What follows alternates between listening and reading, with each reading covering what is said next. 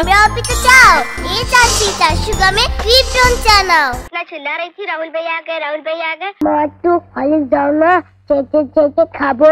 এক সময় ছোট চরিত্রে যারা অভিনয় করতেন আজ তারা বড় পর্দার নায়ক নায়িকা। আসলে পড়াইনি আজকে শুধু রিঅ্যাকশন হয়েছে। টলিউড, বলিউড আর ঢালিউড এই তিন ইন্ডাস্ট্রির অনেক শিশু শিল্পী এখন বড় তারকা হয়ে উঠেছেন। নাম গোবিন্দা, কাম শান্তিনগর ফ্যাক্টরি কা ম্যানেজার। আজকের এই ভিডিওতে আমরা দেখব টলিউড, বলিউড আর ঢালিউডের জনপ্রিয় সেই শিশু শিল্পীদের যারা বড় হয়ে নামি দামি নায়ক নায়িকা হয়ে উঠেছেন। এটা তো টিস্পুন, সুগার স্পুন আমাদের নেই। প্রথমে আসি ঢালিউড সিনেমার একসময়ের জনপ্রিয় শিশু শিল্পী প্রার্থনা ফারদিন দিঘির কাছে।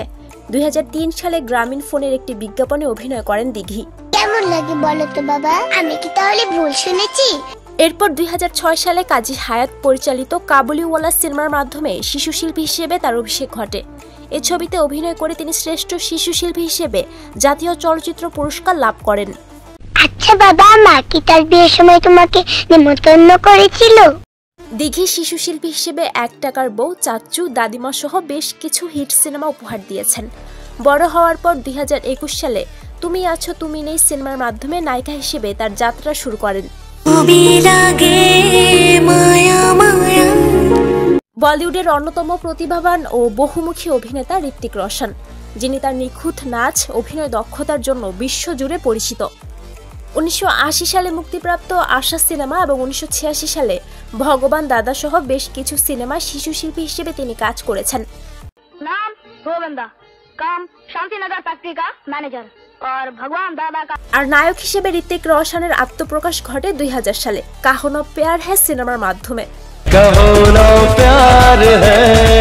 1997 সালে মুক্তিপ্রাপ্ত প্রসেনজিৎ চ্যাটার্জির সঙ্গে মায়ার বাঁধন সিনেমায় শ্রাবন্তী চ্যাটার্জি শিশু শিল্পী হিসেবে অভিনয় করেছিলেন। কার সঙ্গে কথা বলছো দাদা? আমার কাছে? কেন? মিস্টার পারফেক্ট খ্যাত নায়ক আমির খান। 1973 সালে মুক্তিপ্রাপ্ত ইয়াদো কি বারাত সিনেমায় শিশু শিল্পী হিসেবে তিনি অভিনয় করেন।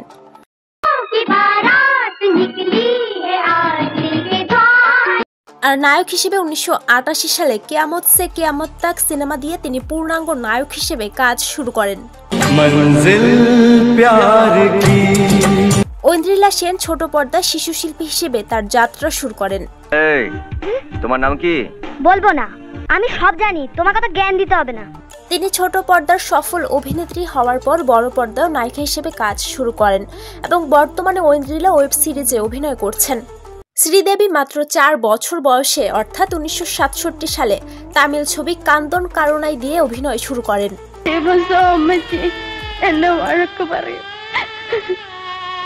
আর হিন্দি সিনেমা শিশু শিল্পী হিসেবে তিনি 1975 সালে জুলি ছবিতে কাজ করেছেন।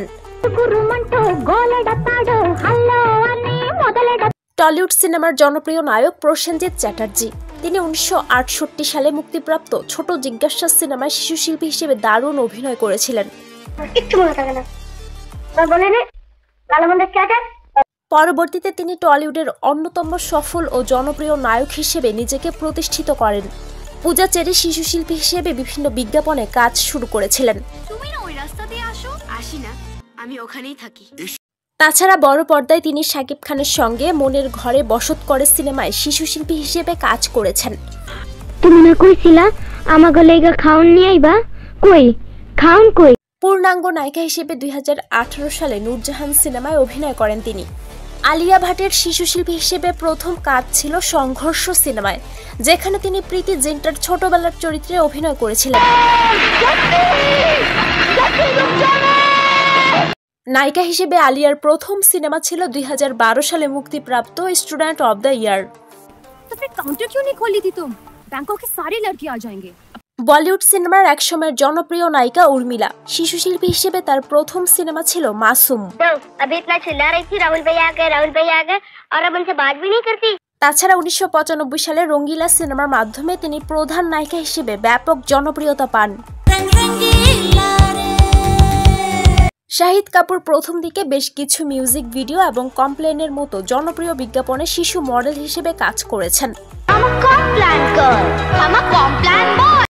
সোহম চক্রবর্তীর প্রথম কাজ ছিল 1988 সালে মুক্তিপ্রাপ্ত ছোট বউ, যেখানে তিনি শিশু শিল্পী হিসেবে কাজ করে ব্যাপক সফলতা অর্জন করেছিলেন। মা একটু হলিস দাও না, চেটে চেটে খাবো। তো ভিউয়ার্স, এই শিশু শিল্পীদের মধ্যে কার অভিনয় আপনার কাছে ভালো লেগেছে তা অবশ্যই কমেন্ট বক্সে শেয়ার করতে ভুলবেন না।